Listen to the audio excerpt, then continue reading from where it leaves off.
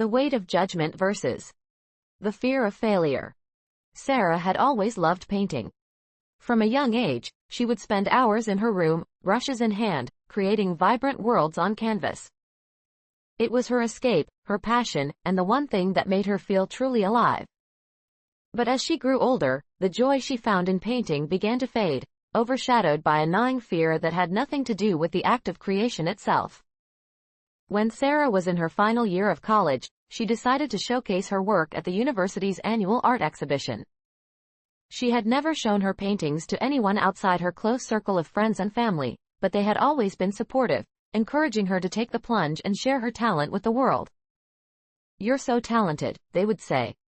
"People need to see what you can do." But as the exhibition approached, Sarah found herself gripped by anxiety. It wasn't the fear of failure that paralyzed her, it was something deeper, more insidious. She feared the judgment of others.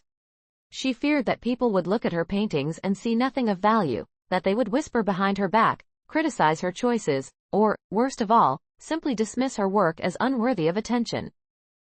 The night before the exhibition, Sarah sat in her small apartment, surrounded by her paintings. The vibrant colors that once brought her joy now seemed garish and awkward. Her mind was a whirlwind of doubt. What if no one liked her work? What if they thought she was foolish for even trying? The thought of standing beside her paintings as strangers judged her every brushstroke was unbearable. Sarah knew that not everyone would appreciate her style, but it wasn't the possibility of failure that haunted her. It was the potential for harsh words, the stinging critique that would confirm her deepest fears, that she wasn't good enough. She almost backed out. She wrote an email to the event coordinator, explaining that she had decided to withdraw from the exhibition. But before she hit send, she hesitated. Was she really going to let the fear of judgment hold her back? Was she going to hide her passion because of what others might think? Sarah closed her laptop and sat in silence for a long time, staring at her paintings. She realized that she couldn't control what others thought, but she could control how much power she gave to their opinions. She loved painting. That was what mattered. And if she didn't share her work, she would be letting that love be smothered by fear. The next day, Sarah arrived at the exhibition with her paintings in tow.